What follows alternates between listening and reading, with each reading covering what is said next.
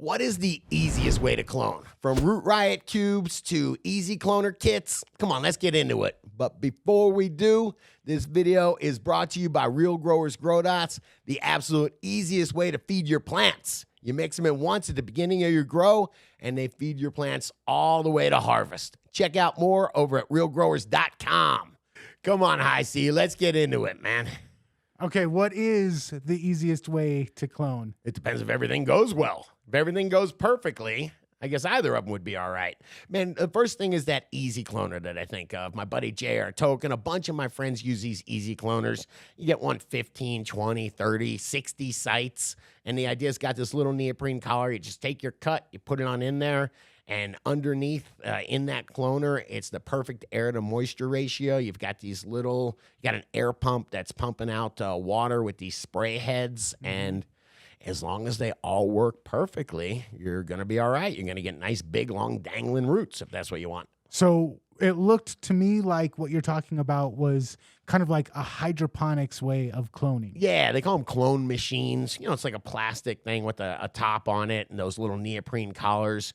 And it is just making mist. It's making this air and water mist that's just perfect for roots to start up. Okay, but what I didn't like about it is it looked like there was a lot of moving mechanical parts. That's the problem I had with them, is that if there's one spray head that gets clogged up or a couple spray heads that get clogged up, now all of a sudden you've got a big section of clones that are dying or doing really poorly. And then once they start doing poorly, that can spread out. So, yeah, it's just as long as everything goes perfectly, those machines are great. Okay, and you mentioned if one thing goes wrong, you might have a whole section. I know one of the dangers of growing hydroponics is sometimes one thing goes wrong and your whole crop gets wiped out. Oh, yeah. Yeah, I mean, if you have a power failure, you know, overnight, or your pump clogs, your pump gets too hot and overheats, stuff like that can really mess up your clones. So your whole harvest of clones goes bad versus the way that you showed me how to clone with the little root cubes. Yeah, little Root Riot cubes. Some people use 1-inch wrapped rock wool cubes. But the idea is you just have these cubes. These cubes hold the right amount of moisture, and you just keep them moist. You just every couple days or every day you go in there and check. That's why I like it a bit better. It forces me to be present in there. These are... And I've been thinking about plants and whether they're alive and sentient. And if they are, these are the littlest babies, okay? And they are so fragile. They might like to know that they're being cared for, I think, you know? So going and opening the lid, you give them a little bit more CO2. You know, I refresh the CO2 in there. I give them a little spray of some water on their leaves. So it's, for me, it gives me a much more feeling of connectedness with the plant. And it seems like that's a much less expensive way to go when I'm looking at the little Root Riot cubes versus all of the mechanical pieces for the other way.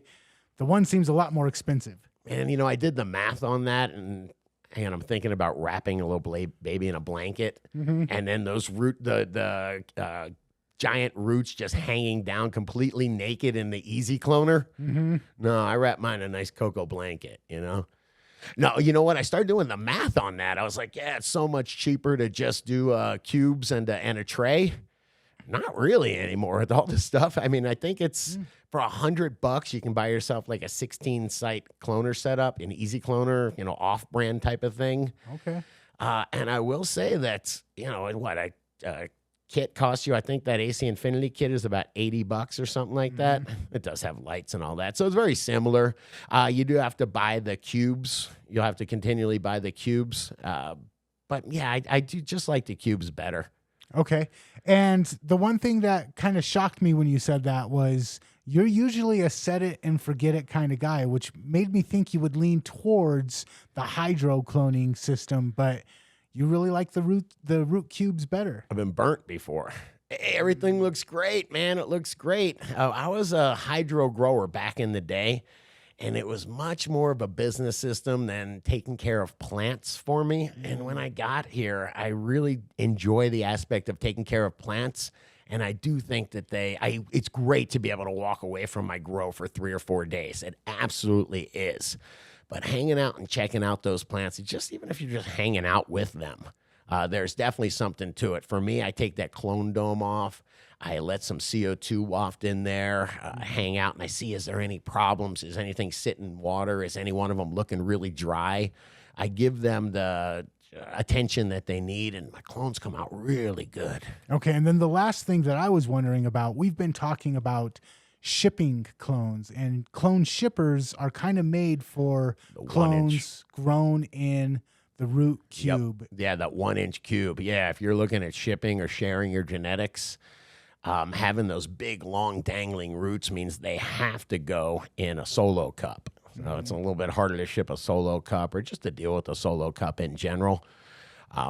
Yeah, so I like the little compact root system. And then as soon as my roots root out that cube, now I throw them in the solo cup. And shameless plug for Grow Dots, I put a teaspoon of Grow Dots in my solo cup.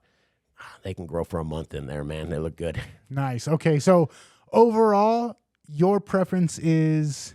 My preference is just the cut kit, the simple tray, going in there every couple days or every day and spraying them, making sure that they're properly moist. Don't forget they can't be too moist either or they won't root. Yeah, that's just my preference. I know guys like JR, I was surprised. I asked some of my friends how they cloned, and a bunch of them use these bubble cloners. And I mean, if you're going in there every day and checking it and making sure that's okay, man, they work awesome. Hey, but that's just me. What about you? Do y'all prefer to clone in easy cloners, bubble cloners, just with the old school cut kit like I do? Let me know in the comments. And if you like this video, come on, smash that like button, hit that subscribe, and check out the other couple videos YouTube is recommending next to me.